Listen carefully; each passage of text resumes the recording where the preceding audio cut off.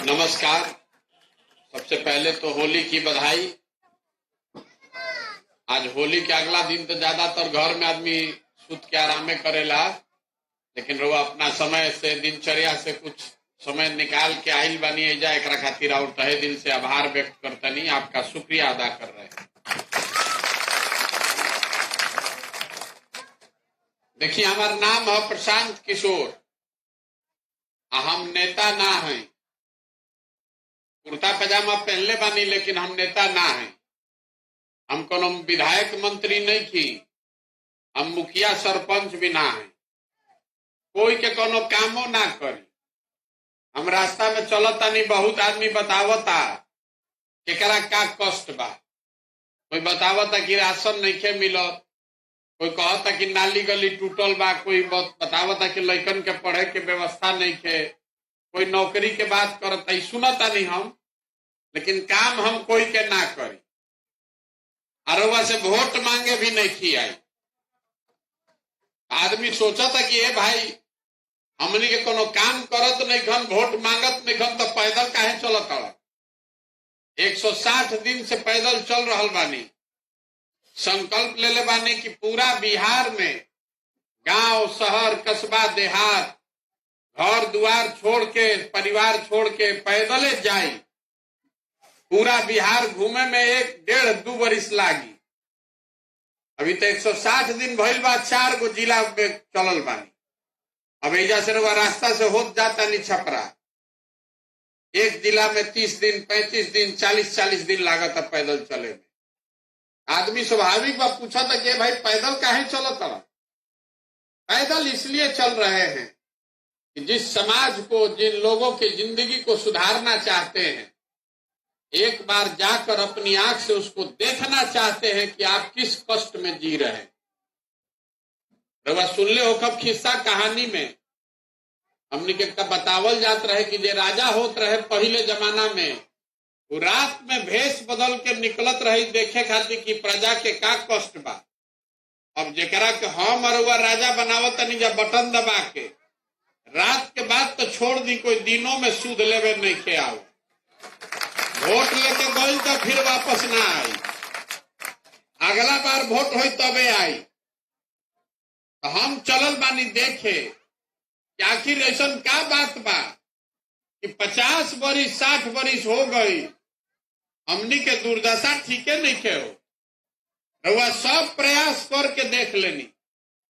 रउआ बहुत दिन तक हमनी के कांग्रेस के वोट देनी जा, फिर गरीब के लड़का लालू यादव के वोट दियाई।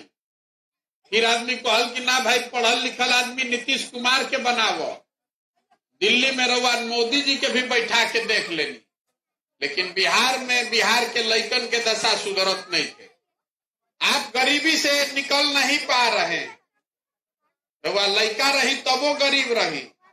आज जो लइका रहे वो जवान हो गई, जवान आदमी बूढ़ हो गई, तबो वही गरीबी में जियता। 2 रुपया ज्यादा चाहे 2 रुपया कम, गरीबी से उनका छुटकारा नहीं थे। आखिर गरीबी से खत्म काहे नहीं के हो। रउआ मेहनत तो करते बानी, काम अपना से सबे 10 घंटा 12 घंटा करते बा। अपना हिसाब से रउआ सोच समझ के वोटो देता नहीं। रउआ गरीबी से निकलत काहे नहीं की, बताने चले। देखिए, गरीबी से निकले के 3 गो रास्ता बा। ध्यान से सुनिए, समझिए। गरीबी से निकलने का 3 ही रास्ता है। अगर आपके घर में कोई बच्चा पढ़ लिख जाएगा, नौकरी उसको मिल जाएगा, तो राउर गरीबी खत्म हो जाए। अगर राउर लड़का के पढ़े के व्यवस्था नहीं थे, लेकिन अगर खेती जलायक जमीन होके तो खेती किसानी करके भी गरीबी खत्म हो सकेला। आ तीसरा रास्ता ई बा जेकरा बिजुन पढ़ाइयो नहीं थे, खेतियो नहीं थे, ओकरा बिजुन पूंजी होके तो दुकान दौरी व्यापार करके आदमी आगे बढ़ सकेला। ये ना 3 रास्ता पर निकले के गरीबी से। बिहार में तीनों रास्ता बंद बा। शिक्षा के नाम पर कुछ है ये नहीं थे। लड़का जाता असन पढ़े तो जब पढ़ाई नहीं के हो खिचड़ी बटाता। कोई पढ़ लिख के कॉलेज तक पहुंचियो गए तो कॉलेज में भी पढ़ाई नहीं के हो डिग्री बटाता। एक दिन लड़का गई नाम लिखवावे आए खाली जाके एडमिट कार्ड लाके जब परीक्षा दिलस डिग्री ले लेलस, पढ़ाई नहीं के हो। हम एक लाइन में कहिला कि स्कूल में खिचड़ी बटाता, कॉलेज में डिग्री बटाता, पढ़ाई दोनों में कहीं नहीं खे। गरीब आदमी के लड़का के पढ़े के तो समझे नहीं खे। और दूसर बात है, जो आदमी खेती करे वाला बा, तो बिहार में 100 आदमी जे बा, ओकरा में 60 आदमी के पास एको धूर जमीने नहीं है। रवा मजदूरी करतानी, बटाई पर लेके खेती करतानी, मजदूरी करतानी, जमीन नहीं है। 100 में 60 आदमी के पास।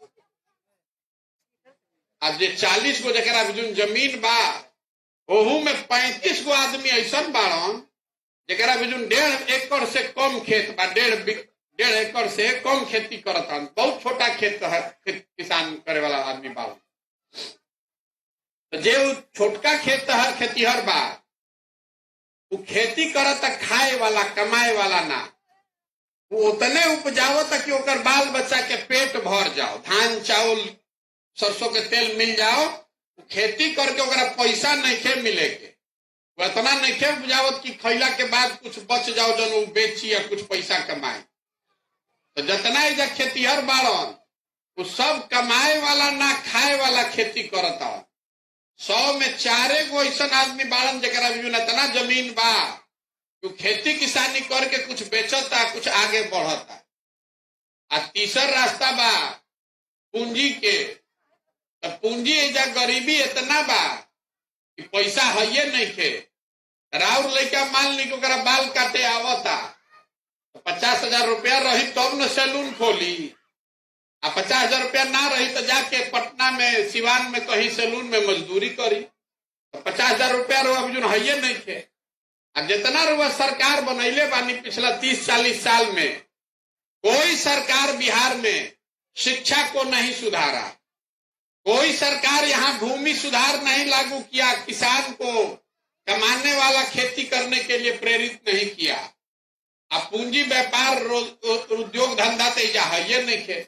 रुआ गरीबी से निकलब कैसे? कतनो हाथ गोड़ मार ली, कोई के चुन ली, सरकार कोनो योजना चला दे। आदमी कहता कि 5 किलो अनाज बटाता, 5 किलो अनाज जीवन भर खात रहतो से गरीबी दूर होई। 5 किलो मिलो कि 8 किलो मिलो, मिलत अनाज खाई चाहे बेची, उसे गरीबी तो ना दूर होई।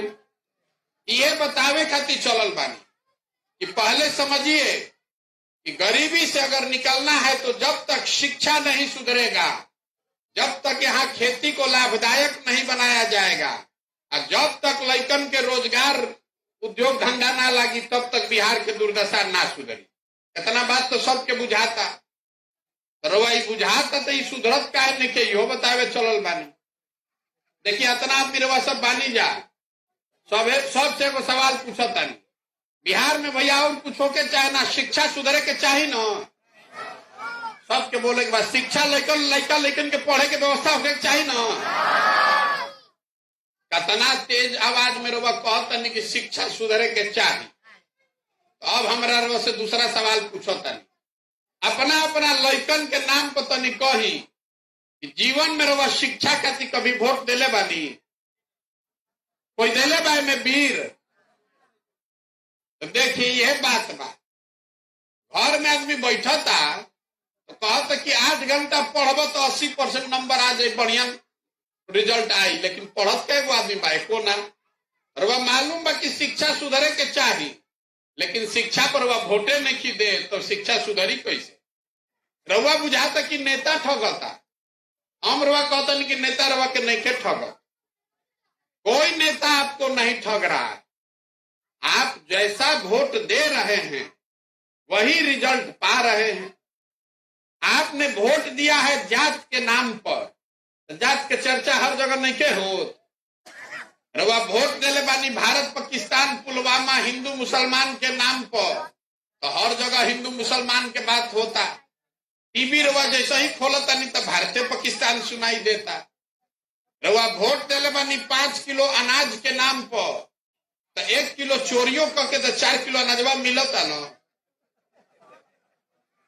रवा वोट देले बानी राम मंदिर बनावे खातिर, तो 20 बरिस के लेटे से सही, लेकिन राम मंदिर बनता ना। कि बताने आए हैं कि जो बोइएगा वही न काटिएगा। नेता तनी मनियों में चोरी कर सकेला, लेकिन काम वही करेगा जो आपने जिस बात पर वोट दिया। रउआ बुझाता कि हम वोट देता नहीं पढ़े खातिर या नेता स्कूल नहीं के बनावत, ऐसा बात नहीं थे। आपने वोट बेचा है अपना 5 किलो अनाज पर। आपने वोट दिया है पाकिस्तान पुलवामा के नाम पर। रउआ अपन लड़का के पढ़े खातिर रोजगार खातिर वोटे नहीं देले तो सुधरी कैसे? यही बताने के लिए घूम रहे, गाँव गाँव जाता नहीं, आदमी के हाथ जोड़ता नहीं, वोट नहीं मांगो। कि बता रहे हैं, अरे भाई अगर आप अपना और अपने बच्चे का चिंता नहीं कीजिएगा तो कोई नेता कोई दल रह लड़का के चिंता काहे करी भाई, काहे करी? देखिए बिहार में हमने की आदत बा 5 बरिस के आदमी बतियाई। रवा जहां चल जाए बिहार में और कुछ आवे चाहे ना, लोग के राजनीति के समझ खूब बा। जहां 5 आदमी बैठी हों, घर में, दलान में, खेत खलिहान में, चौक चौराहा पर जहां 5 आदमी बैठ गए तो ये बतियाई कि बिहार में कितना भ्रष्टाचार बा। सड़क नहीं खे, नाली नहीं खे, गली नहीं खे, लड़कन के पढ़े के व्यवस्था नहीं खे, रोजगार नहीं खे, भ्रष्टाचार बहुत बा, खेत में पानी नहीं खे, 2000 के धान रउआ 1500 में बेचतानी, 277 के यूरिया 500 में खरीदतानी। सब बात रउआ मालूम बा, रोज रउआ चर्चो करतानी। लेकिन जहिया वोट होई, वोट के दिन बिहार के आदमी के खाली 4 गो बात याद बा। पहला बात, हमार जात का बा, के हमारा जात के खड़ा बा पता करो, ओकरे के दियाई अब किया। जे जात से बच गए, जे जात से बच गए, धर्म के नाम पर पिसाता। अब की हाली रवा तय कैले बानी कि अब की हाली भाजपा के वोट ना दे। सांसद महोदय तो मुंह दिखावे नहीं खन आई, लेकिन जैसे ही वोट आई तो गांव में, देहात में, इलाका में हल्ला हुई, सब हिंदू एक हो जा, मुसलमान ना जीते के चाहिए। कोई गलती से पूछियो देलस, ए भाई हमारा हिंदू मुसलमान से नहीं मतलब, ये सांसद बहुत बदमाश बा, आदमी घेर ली हम। अरे बुरबा, ऊपर देखा ऊपर, जब मोदी जी या पाकिस्तान हो गए तू नली गली में जुराइल बड़ा, जल्दी चलो भाजपा के वोट दो। पुलवामा हो गई तू स्कूल खोजता, जल्दी चलो भाजपा के वोट दो। सबे जाके दे दिलस भाजपा के। जे दोनों से बच गई, जात से बच गया, धर्म से बच गया, आदमी कहता जाए दी भैया हमनी के कतनो दुर्दशा बानो, हमनी के लालू जी के जो अपराध वाला राज रहे उ ना चाही रे भाई, बड़ा डर रहे रुआ नहीं कि न जानो। 4 बजे आदमी भागत रहन सरे छोड़ के, घर में घुस के अपराधी बदमाशी करत रहो सब। आदमी लालू जी का राज जो था वो डर से जाके भाजपा को दे रहा है। और चौथा हमनी के मुसलमान भाई लोग बा, ये लोग कहता कि भैया जी ही चाहे मरी, भाजपा के ना वोट दिया जाए। भाजपा तो मुसलमान विरोधी पार्टी बा। तो बचल के बिहार में तो भैया 2 गो दल बा, एगो मोदी जी के भाजपा, एगो लालू जी के ललटेन। नीतीश कुमार के तो भरोसे नहीं कि कभी ललटेन पकड़ के लटकियन, कभी कमल के फूल पर बैठ के पवरी। पते नहीं लागत कि रहियन केने। अब मुसलमान कह रहा है कि जिए चाहे मरे, भाजपा को दे नहीं सकते, तो ललटेने बा, यही में एकरे के बटन दबावल जाए। रवा सब इतना आदमी बानी जा, ईमानदारी से बताई, यही 4 चीज पर ना वोट दिया था भैया, दिया तो नहीं 4 चीज पर। काहे के माथा पीटो तानी जा हमनी के, काहे के रवा अपनो माथा पीटो तानी, हमरो माथा पीटो तानी, समय बर्बाद करता। अरे जब रउआ मालूम बा, हमारा मालूम बा, तो सब नेता सब दलों जानता सब कि बिहार के जनता बतियाई, कतनो गाना गाई, हंस के गा के गरिया के भोटवा ये 4 चीज पर दिहन जका। यही हम लोग के दुर्दशा का कारण है। यही से हम सब के हाथ जोड़ के कहता नहीं, नेता आता है तो कहता है कि देश को देखिए, विचारधारा पर वोट दीजिए, नेता पर वोट दीजिए। हम रवा के हाथ जोड़ के कहता नहीं कि एक बार जिंदगी में अपने बच्चे का मुंह देखकर वोट दीजिए। स्वार्थी बनिए, स्वार्थी बनिए, अपने बच्चे का चेहरा देखकर वोट दीजिए। नहीं तो जीवन में कभी आपका दुर्दशा नहीं सुधरेगा। राउर हमार जिंदगी तो आधा बीत गई, अगर अभी से भी नहीं जगिएगा और जात धर्म पुलवामा चाइना पर वोट देते रहो तो आने वाली पीढ़ी, आने वाले बच्चों का भी जिंदगी इसी बदहाली में बीतेगा। लिख कर रखिए, कोई नहीं बिहार को सुधार सकता। आदमी कहता कि प्रशांत किशोर आयल बालन, बड़ा होशियार बालन, सुधार दियो। हम रवा के बतावो तनी, जे आवेला मंच पे ये न कहेला कि हमरा के वोट दे दो, हम आए न तो सुधार दे। हम आपको कह रहे हैं कि एगो प्रशांत किशोर छोड़ी, अगर 10 गो प्रशांत किशोर आ जाए हम तब वो बिहार सुधरे वाला नहीं। सुधरी कैसे जब रउआ सुधरे के तैयारे नहीं थी। हम रोड पर चलता नहीं, 50 गो लड़का अगर आगे दौड़ता तो आधा लड़कन के शरीर पर तो कपड़ा नहीं थे। ज्यादातर बच्चों के पैर में हवाई चप्पल नहीं है। आपका लड़का पढ़ने जा रहा है तो जब पढ़ाई नहीं के हो खिचड़ी बटाता, राउर लड़का जब पढ़ते नहीं के खिचड़ी खाता तो मजदूर ना बनी तो कलेक्टर बनी। ये बुझाए के चाहिए ना रउआ, ये नहीं आपको समझ में आना चाहिए। प्रशांत किशोरों में क्या कलियन भैया, 14 में हल्ला भइल रहे ना कि मोदी जी आई हम तो सब सुधर जाए, लेकिन 14 में मोदी जी के हम ही अभियान चलावत रहे। 2012 में 2013 में यूपी बिहार में मोदी जी के आदमी नाम ना जानत रह, अब आदमी लाठी डंडा करता है। तारा बुझाता मोदी जी से देश के विकास हो। तो हम यही से कहिला चलत चलत के भाई चलो मान लो के मुंह जोर से झगड़ा करे जाए। मान लीजिए कि मोदी जी अलन उसे विकास भइल कि नहीं, छोड़ दिया जाओ। कि छोड़ दी बात कि मोदी जी अलन तो उसे लैकन के बिहार के कोनो फायदा भइल कि ना। जितना आदमी हमने के बीजेपी के वोट दिले बनी जा कमल छाप के, आपको खुला चुनौती देकर जा रहे। 9 बरस से मोदी जी प्रधानमंत्री बारह, 9 बरस में मोदी जी ने काम क्या किया नहीं किया छोड़ दीजिए, बिहार का विकास हुआ कि नहीं इसको भी छोड़ दीजिए। 9 बरस में मोदी जी ने बिहार के विकास के लिए अगर एक बैठक किया है, आप हमको उसका प्रमाण दिखा दीजिए। हम कल से मोदी जी का झंडा लेकर चलने को तैयार। 9 बरस में एक बैठक तक मोदी जी ने नहीं किया। हमने के फिर जाके उछल उछल के कमले पर वोट दबावल जाई तो गलती मोदी जी के बा कि हमनी के बा।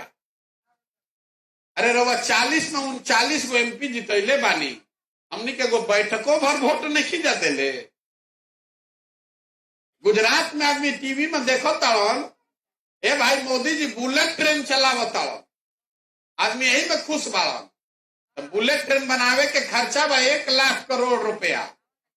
गुजरात के आदमी चली 1 लाख करोड़ के बुलेट ट्रेन पर, और बिहार के आदमी के पैसेंजरों नहीं खे मिलत। और वही में खुश बानी कि गुजरात में बुलेट ट्रेन चलता, और वह वोट देता नहीं गुजरात में बुलेट ट्रेन पर। रउआ घर के लड़का बस में ना चली तो कहाँ चली। यही बताने के लिए चले, समझा रहे कि नेता अपने लड़के की चिंता कर रहा है, नेता अपनी चिंता कर रहा है। आप भी अपनी चिंता कीजिए, और ना करब तो सब कोई आके ठगी। प्रशांत किशोर आई बार क्या ली, प्रशांत किशोर ठग लियो। आदमी कहता कि भैया ये सब बुझाता हमने के बाद रउआ दल न बनाई, हमने के विकल्प ना रहे। 2 गो दले रहे, एगो नागनाथ एगो सापनाथ के करा के दिहल जाओ। बिहार में नया विकल्प चाहिए तो हम दल काहे नहीं बनावो। मेरे भाई हमारे दल बनाने से क्या होगा, पहले ही से 50 गो दल बात ठगे वाला एगो और ठगे वाला पड़ जाइयो। बिहार में दल कैसे बनेला, जे बनैलस दल उहे हो गई दल के नेता। आइयो कह दिलस कि हमारा बाद हो यान हमार बेटा, आ कुल जाना तो लोग बिहार के आदमी जीवन भर झंडा लेके ढोआ जा। वो दल विकल्प नहीं है, वो तो एक परिवार का शासन है। अगर विकल्प बनाना है तो जो रास्ता महात्मा गांधी ने दिखाया उससे सीख लेना होगा।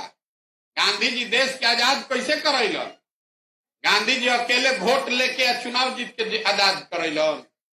अरे गांधी जी आगे आगे चले, पीछे से उन्होंने समाज को जगाया, समाज उनके साथ खड़ा हुआ, तब न देश आजाद हुआ। तो अगर बिहार को गरीबी, भ्रष्टाचार, बेरोजगारी से मुक्त कराना चाहते हैं, आजादी दिलाना चाहते हैं, तो आपको खड़ा होना पड़ेगा, आपको कंधा लगाना पड़ेगा।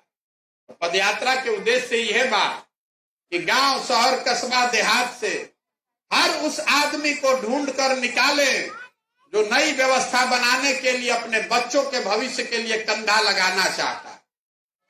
आदमी कहत गे भैया विकल्प तो बनावे के बाद, लेकिन हमने भी साधन नहीं थे, व्यवस्था नहीं थे, हमने के राजनीति के समझ नहीं थे। तो हम रउआ के कहे आई बानी कि सब चिंता अपना भाई, अपना बेटा प्रशांत किशोर पर छोड़ी, अपने बच्चे के लिए खड़ा तो होइए। आप अपने बच्चे के लिए खड़ा तो होइए। व्यवस्था हम बना कर देते हैं, संसाधन हम लगाते हैं, बुद्धि हम लगाते हैं। खड़ा तो होइएगा तबे न होगा। अगर आप खड़े नहीं होइएगा तो कोई मंगल ग्रह से आके सुधारी। अगर बिहार के सुधारे के बाद तो बिहार के आदमी के ही सुधारे के पड़ी, ना तो जो हमने के लइकन के दुर्दशा बा। देखिए गांव में कोनो ऐसा घर ना हुई जहां से जवान लड़का बहरी जाके मजदूरी नहीं खसन कर 12,000 14,000 रुपया खाती जो ना लड़का के रुआ पेट काट काट के पाल पोस के बड़ा करता नहीं।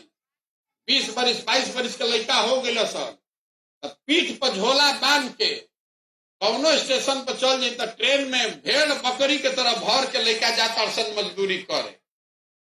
12 घंटा 14 घंटा आदमी काम करता है वहां। 2 करोड़ लड़का बिहार का पूरे भारत में मजदूरी कर रहा है 12,000 14,000 रुपया के लिए। वो जब पेट काटता कि घरे 6,000 8,000 भेजी कि हमार बाल बच्चा खाओ। हम रास्ता चलत पूछता नहीं कि वोट काहे देले रही। कहत आदमी क्या करी भैया, गौवा वाला सब देते रहे तो हमू दे देनी है। अरे राउर घर के सवांग, राउर घर के लड़का, राउर भाई, राउर बाबूजी, राउर चचा, राउर भतीजा अपन जवानी अपन हार गलावत 5,000 6,000 रुपया खाती। जहिया रउआ राजा बनावे को होता दिन वोट रउआ ऐसा ही दे देता नहीं। और ऐसा ही अगर दे दे तो रउआ ना भोगब तो हम भोगब। यही बताने चले, जगिए, संकल्प लीजिए कि वोट चाहे किसी को दीजिए, लेकिन वोट दीजिएगा बच्चों के पढ़ाई के लिए, वोट दीजिएगा लड़कन के रोजगार खातिर, वोट उसको दीजिएगा जो हमने के खेती किसानी के दशा सुधार है। 3 चीज पर वह वोट दी और देखी 10 साल में कैसे बिहार सुधरेगा। संकल्प लीजिए। रउआ बताई कि प्रयास होके के चाहे कि ना होके के चाहे। सबके बोले कि भाई प्रयास होके के चाहे ना भाई। रउआ से एगो सवाल पूछब, सबके वोट देवे के बाद, वोट देवे खातिर हाथ उठावे के पड़ी। जरा हाँ बोले के रही हाँ बोली, जरा ना बोले के बाद ना बोली। पिछला 30-40 सालों में आपने, हमने जिसको भी वोट दिया, किसी ने बिहार और बिहार के बच्चों की चिंता नहीं की है। सब नेता अपना और अपने बच्चे का चिंता में लगा है। अब समय आ गया है कि बिहार की जनता जगे और अपने बच्चों के लिए मिलकर नई व्यवस्था बनाए। आप बताइए कि सबको हम लोग को मिलके गांधी जी के रास्ते पर चलकर नया विकल्प, जनता का विकल्प बनाना चाहिए कि नहीं बनाना चाहिए। आज आदमी तो हाथे नहीं उठाओ तो बिहार सुधर जाये। अथवा तो उठाओ जरा ना बोले के बाद ना बोलो, फिर से पूछता नहीं।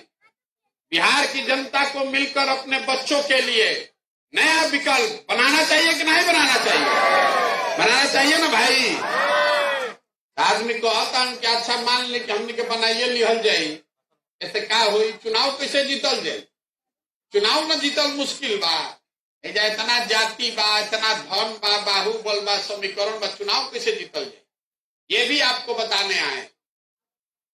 देखिए लोकतंत्र में जो जनता है, आप हनुमान हैं।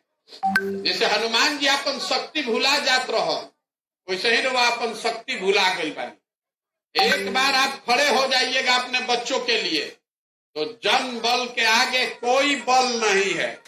एक बार आदमी खड़ा हो जी हम तो नेता टिकी हम।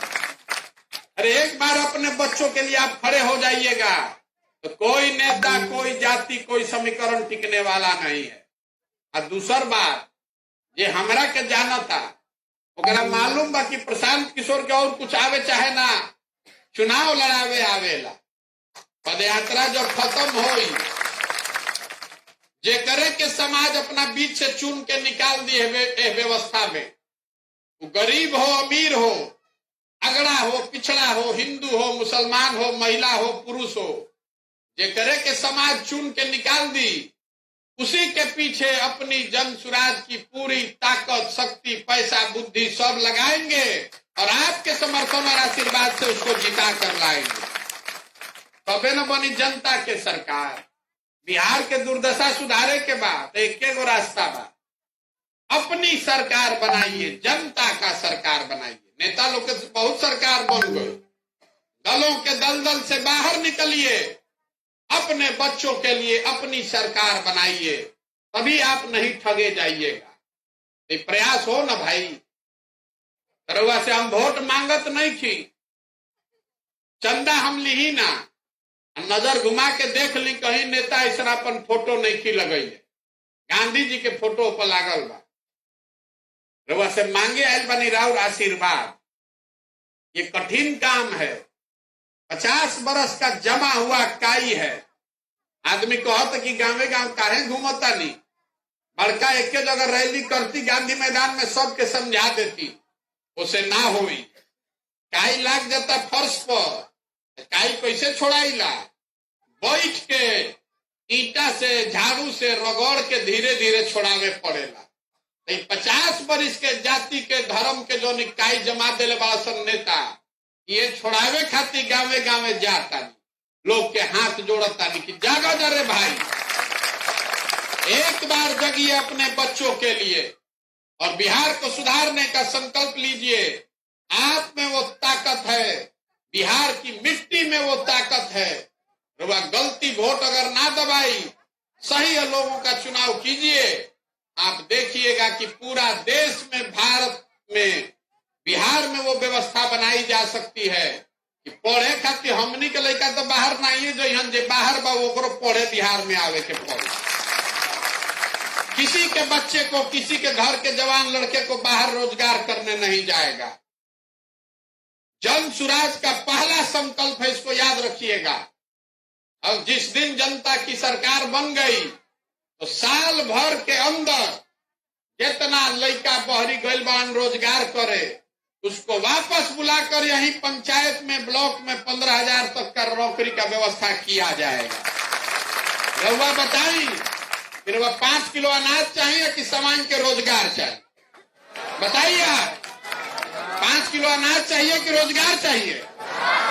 रोजगार चाहिए ना, तो 5 किलो अनाज ली ही, लेकिन वोट उसको दीजिए जो आपको रोजगार देगा, जो आके आपको 500 रुपया देता है, रुपया रख लीजिए में, लेकिन वोट उसको दीजिए जो आपके बच्चों के लिए शिक्षा का व्यवस्था कराएगा। अगर वोट देने सीख जाइए, वोट देने सीख जाइएगा तो 5 वरिष्ठ नेता आपके घर के आगे एड़ी रगड़ेगा। ना तो जैया वोटवा होता उस दिन गोड़ पर गिर के चाची चाचा भैया वोटवा दे दो, और दिन रउआ से गलती करा दिल तो 5 वरिष्ठ रउआ भिखार बन के घूमता। निर्णय रउआ लेवे के बाद तो रउआ न पहले जैया राजा बनावे के हो तो वो दिन न जाके के चाहिए।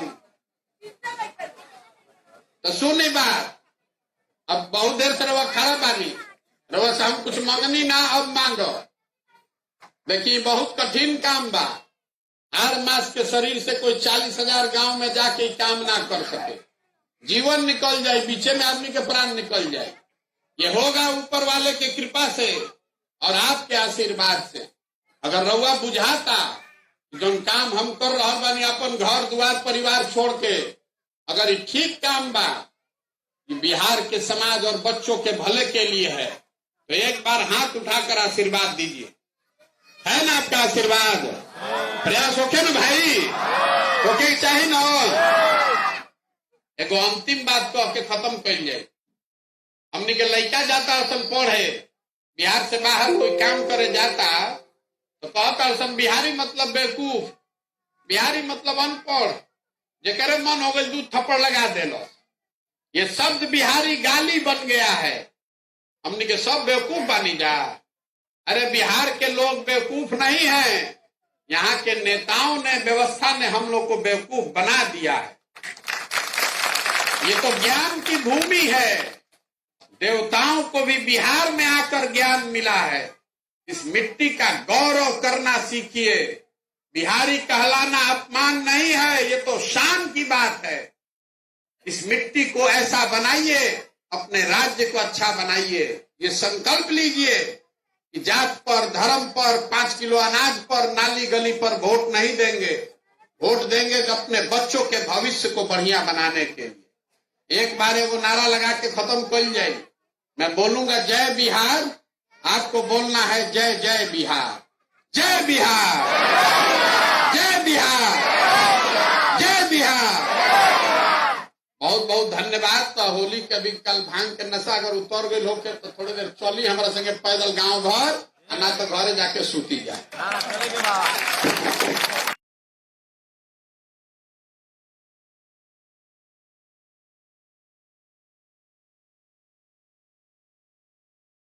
लालू जी जब मुख्यमंत्री बने तो उनका अपना नजरिया था कि सामाजिक